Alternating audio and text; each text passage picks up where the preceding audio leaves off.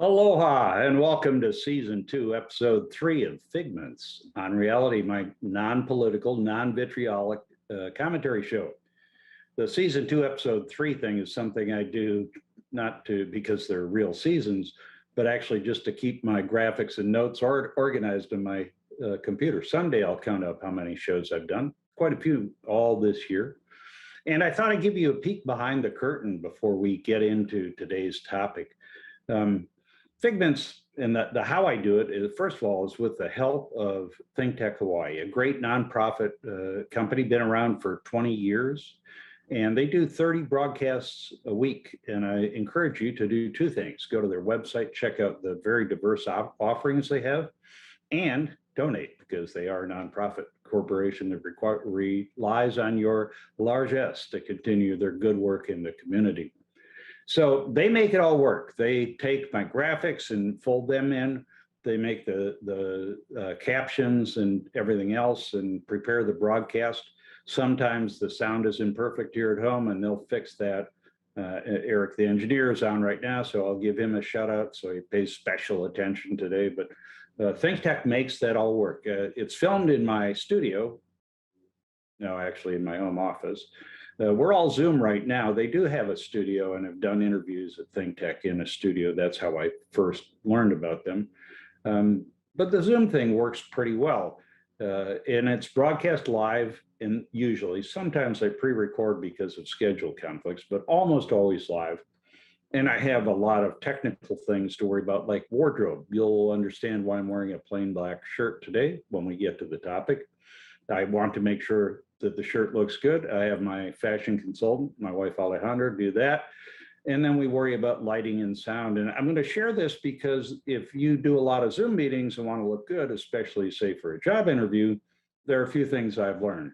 One is the best thing to do is get good lighting. And I've got a ring light and another desk lamp, and I make sure the windows are open, and we tweak that with the engineer before every show. The sound is important. I use, as you can see, an AirPod Pro for my listening to what else is going on, like an interview with the guest, and then an Elgato Wave 3 microphone that filters out a lot of the background noise, because there is no way to ensure yard work or construction like starting a Figments broadcast. Pretty quiet today. Maybe we'll have a helicopter fly by to fix that. But a good microphone will take out a lot of background noise. And so, like I said, if you need to do well on Zoom or any other platform, put a little time and money into how it works. I spent several hours, I hope this shows, in preparation for each episode, from the time of inception to getting ready for the broadcast. I prepare the graphics. I like to use photos to illustrate it. But we have to be really careful for copyright infringement. YouTube is a stickler for not infringing on somebody's intellectual property. And I just make a PowerPoint slide, and then Eric and the team turn it into good graphics, and they display it when it's supposed to be displayed, which is pretty cool. And then I have to get it all done in 28 minutes. And that's probably the biggest challenge. I'll be looking at the clock. I know I'm 3 minutes in-ish right now. And the first 15 minutes go by slowly. And then the next thing I know, I'm at 28 minutes. It's an interesting phenomenon that happens every show. And I'm sure, this one will happen this time. Once we finish the live broadcast on ThinkTech Hawaii, they clean it up, sound, distractions, any awkward pauses. They edit it a bit, not for content, but for style. And then they'll post it on YouTube, Vimeo, and as a podcast on Apple Podcasts and on Spotify. I share my notices of shows through an email blast. I try not to abuse that, but if you would like to get notified when there's a new broadcast, a new Figments, either version, Figments on Reality or Figments, the Power of Imagination, send me an email at info@phase-1.com. That's info@PHASEMINUS1.com, and I'll add you to the mailing list. And again, I promise not to abuse that. So that's how I do Figments. Why do I do it? Let me assure you, it is not for the money. Figments, like ThinkTech, is a totally nonprofit endeavor. There is no money is harmed in the making of these webcasts. So I don't do it for the money, but I've been blessed with an interesting life, and I hope that's given me some insight and experiences that you find valuable when I share them. And I made some amazing friends and have some family that's pretty amazing too. And so I like to bring them on and share their stories with you. And I do that to entertain, to inspire, and just to give you some food for thought. Not because I'm right. I'm sure I'm not always right, maybe totally wrong. But hopefully the way I present it in a non-political manner will give you that food for thought. I try to end with what would Fig do? That came up in my second edition of second episode of Figments, The Power of Imagination, with former Chief of Staff Dave Fingers Goldfein, when he said somewhere in the broadcast, as a leader, later he had worked for me at Aviano in combat, he said, I'd ask myself, what would Fig do? Now, he did not elaborate. He said he may have meant I'd ask, what would Fig do? And then go in the other direction. I hope not, but I want to give you something to do about the problems I present, or to think about on the issue, the stories I share. The ideas just happen. For example, my next Power of Imagination, a week from today, will be with a golfing friend, an Air Force friend of mine who brought it up at the golf course. I'll share that with you in a bit. Others happen serendipitously. World events, Afghanistan, for example, present themselves. Or today, let's talk about today. How did today's episode happen? Today's episode happened because I looked at the calendar, which I have to do to try to keep my schedule organized. I'm a lousy personal assistant, executive assistant, by the way. But I looked at the calendar, and today is November 22nd. And I remembered immediately that today is the anniversary of the assassination of John F. Kennedy. I do remember that day well, even though I was just 11 years old. The entire nation was in shock when the president was assassinated, regardless of where he stood politically. It was truly a black swan. The impossible had happened. And that's really what I want to talk about today, is black swan events. And I've got a definition here. The black swan is when the impossible happens. It started being used first in financial lingo. A guy named Nassim Nicholas Taleb wrote several books that allude to the black swan, and it's phenomenon thought to be impossible because for a long time, black swans weren't known to exist. They were discovered in Australia. And the assassination of President Kennedy was a black swan. Now, there's a lot more to the black swan event. It's not everything that's surprising, but that is element number one of a black swan event. It's surprising to the observer. Second, by Taleb's definition, it has to have a major effect. And the effect can be positive, but the events are almost always negative, according to him. But surprise, a major effect. And then finally, and this is one of the most fascinating elements of the black swan, is after the event occurs, it's rationalized by hindsight. We look back and say, oh yeah, we should have seen that coming, or I knew that could happen, but we didn't see that coming. And the unthinkable assassination of President Kennedy was a black swan. We didn't see it coming. And the effect, and of course, many rationalized that we should have, including conspiracy theorists.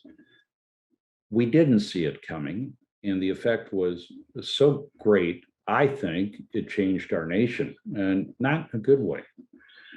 Because there were more assassinations in the ensuing decade and more, and attempts. And Martin Luther King, George Wallace, Robert F. Kennedy, attempts on Gerald Ford and Ronald Reagan. And that was a significant change in our political landscape that I think had a negative effect in accessibility, but also just in how we viewed ourselves as a nation.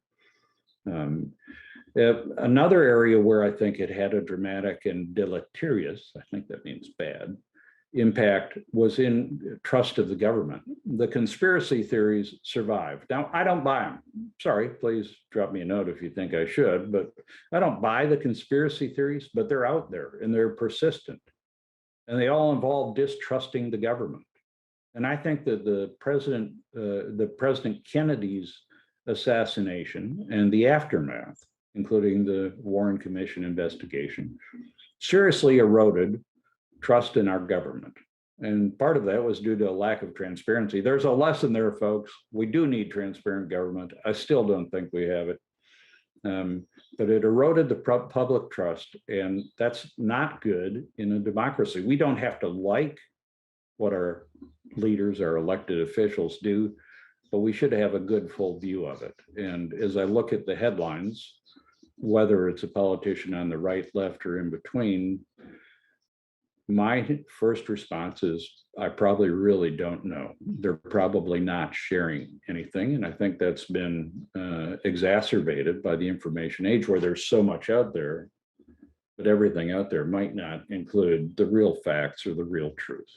So I think the assassination of Kennedy, that black swan event, damaged our country in ways that can't be measured. There have been other black swans. The atom bomb, when dropped on Hiroshima and Nagasaki, was a black swan event for the world. Now, people knew that it was coming. People in the US defense establishment, certainly those involved in the Manhattan Project knew. I'll share a little family story. My father, Bob Leaf, was studying physics at the University of Wisconsin. The Navy had kind of pulled him out of high school early, age 16, I think, to go study physics at the University of Wisconsin. And as he told the story, all they knew was they were getting a very intense education in physics with a lot of one-on-one tutorials from very high-level professors, and they would finish their degree program in about 2 years. That's the way I remember his story. But when the atom bomb was actually dropped on Hiroshima, he and his one classmate in this V-12 program, it was called the Navy's program, looked at each other and said to themselves, now we know why we're here. So it was a black swan, even to those involved tangentially or peripherally with the effort to perfect the atom bomb. Clearly, the effect is beyond describing this episode. And some may say, oh yeah, we knew they were working on that, but it was a surprise. Sputnik was another surprise, and Sputnik is often held up as the ultimate black swan event, the surprise that the Russians could put a satellite in space, a functioning satellite, and the ensuing race to space. And that may be, it was a negative event to the United States. We got beat to that objective by the Russians.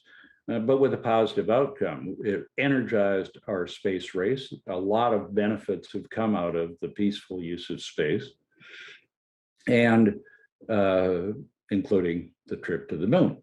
So surprise, major effect. Rationalized in hindsight, I don't know that that fits for the Sputnik, but I think it fits the criteria. There recently was one that I mentioned in one of my recent Figments episodes, and that was the Chinese launch of a hypersonic weapon, which surprised a lot of people. Now, I'm not in the defense business anymore. I hope they weren't as surprised as it seems from reading articles about the event. But the defense establishment, several key officials have said, well, I don't know that this has been a Sputnik moment, but it should be.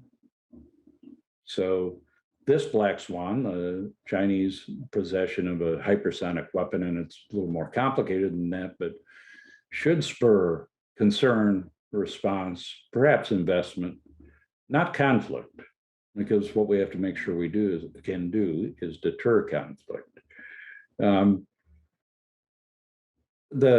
It has been asserted, and I think I agree that almost all major technological advancements are in fact black swans, and some good things can come out of them. The expansion and ready access to the internet is a good example. But I'd say cell phones have more effect, frankly, my assessment. I don't want to spend too much time on that, but I will mention one more tsunami. or one more black swan, and that's the Boxing Day tsunami in 2004. That incredible disaster took everybody by surprise. And in hindsight, we could have been more ready for the earthquake and ensuing tsunami, but we weren't. And hopefully the preparedness we see now with the tsunami warning system means that we were paying attention. So as I thought about black swans, I thought, what other black swans are in the world today that might be flying and might be important to folks to think about. And I thought about Chile, not just because my wife Alejandra is a native of Santiago de Chile, but because they experienced a black swan in October of 2018, and the effects are still occurring, and the future is very uncertain because of it. So in October of 2019, I'm sorry, 2018, if I said 2018, the government raised the fares on the metro in the capital city, Santiago, by 30 pesos. In US dollars, that's 5 cents. Not a big increase, and probably needed. But Chile had been the darling of Latin America, the model of stability for the 30 years of democratization following the departure of the Pinochet junta. And it's a developing country. It still ranks 43rd of 189 countries in the world on the Human Development Index, which includes health, economy, and education. So it's a pretty stable country, and it's the highest ranking of all the Latin American countries on the HDI, the Human Development Index. So cool. What happened after they raised the subway fare 30 pesos? The country descended into unprecedented chaos, violence, and destruction, and political unrest. Tremendous, massive destruction from riots inside Santiago. It was incredible to see. It's a beautiful city and imperfect like every metropolitan area, but this was terrible. And the subway system, focal point of the unrest at first, was a big target for this unrest and virtually destroyed. All over 30 pesos.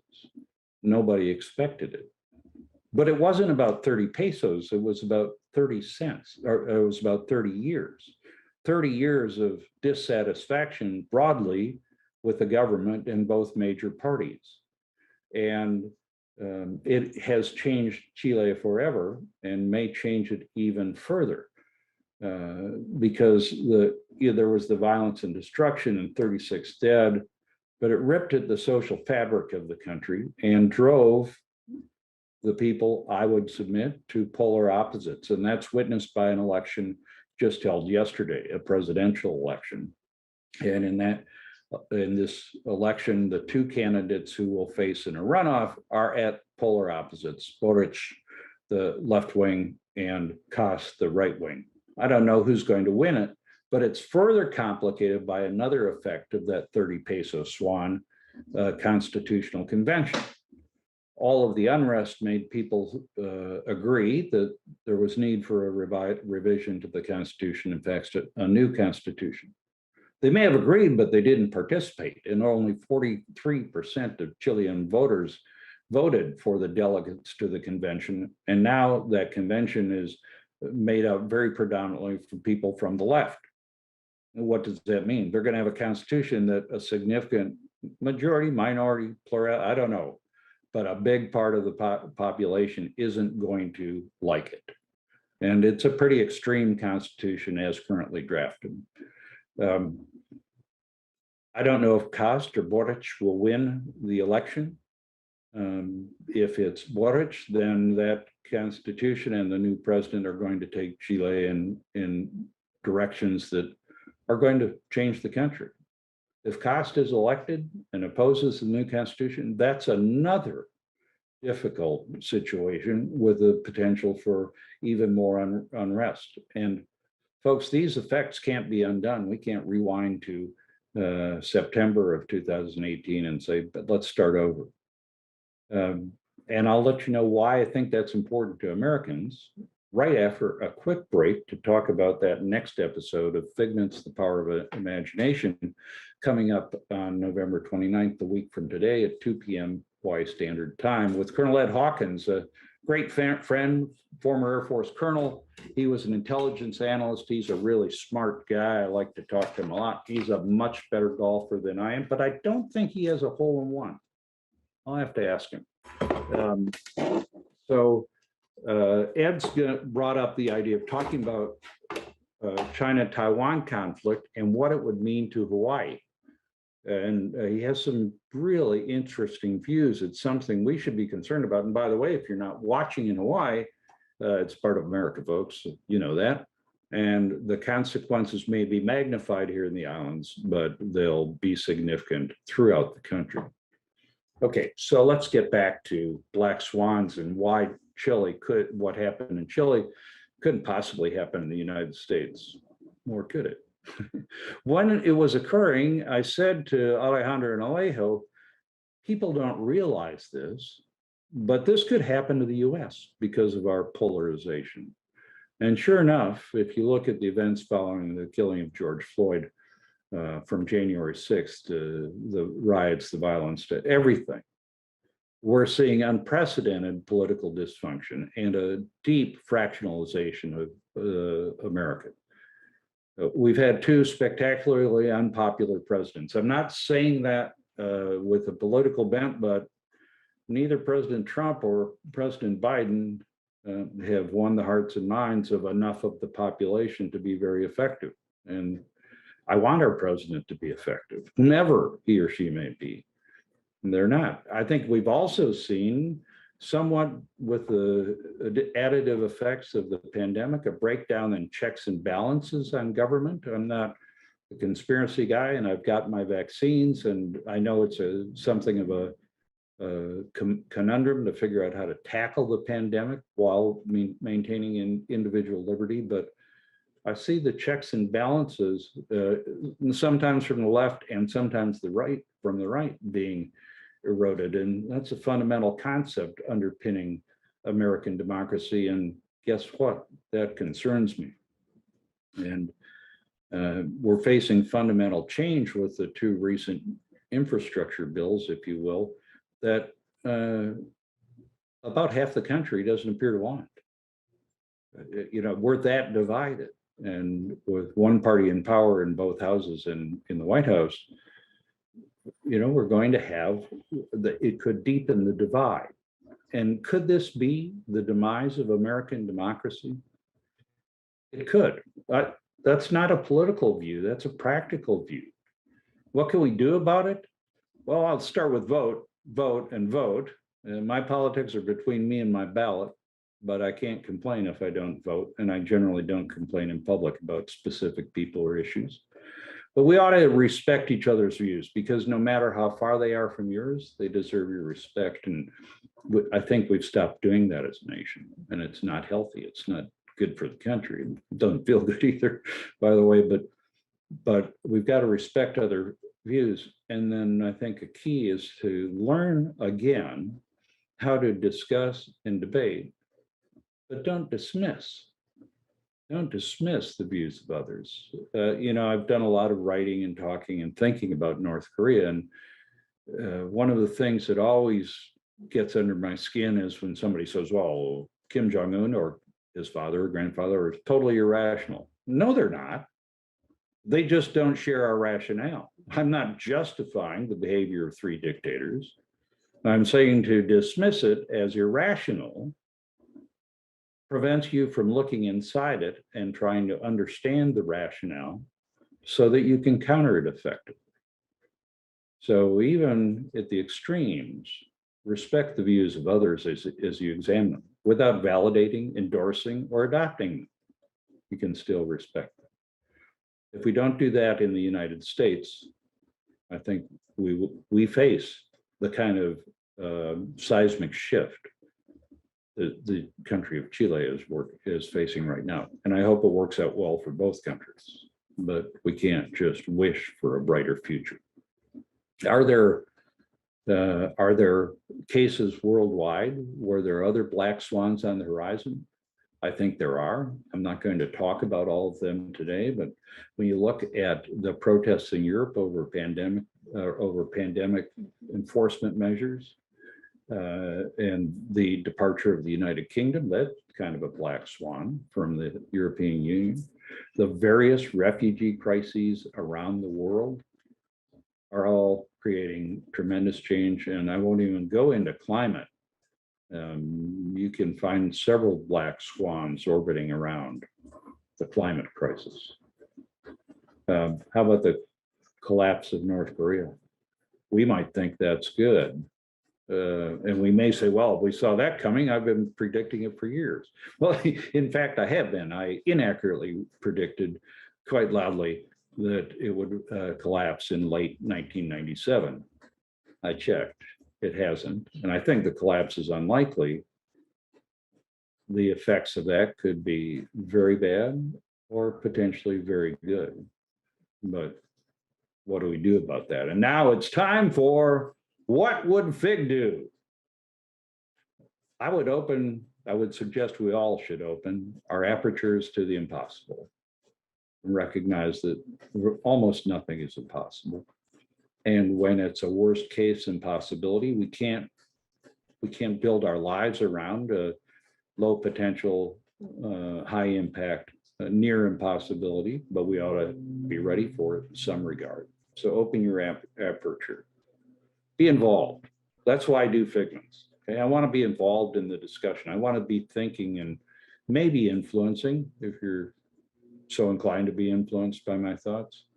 And recognize that while we can't anticipate the impossible, we'll make the outcomes significantly worse by simply doing nothing. So let's not do nothing. Let's do something.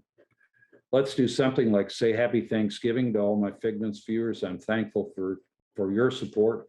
If you do watch and you do like, please click like. You already know I don't get paid for it, but that helps get broader distribution on YouTube and other media, and it makes your host feel good. Another great reason to do it. And share it with others. Again, if you want to be on my mailing list and be advised of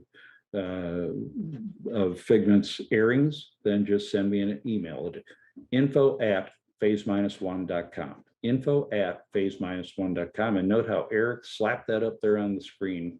Not good for podcasts, but for the rest of you. info@phase-1.com. And I'd also welcome any thoughts you have on future episodes.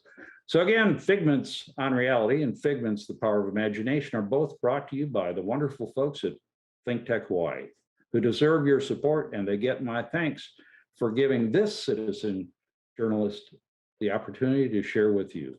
Again, happy Thanksgiving and aloha.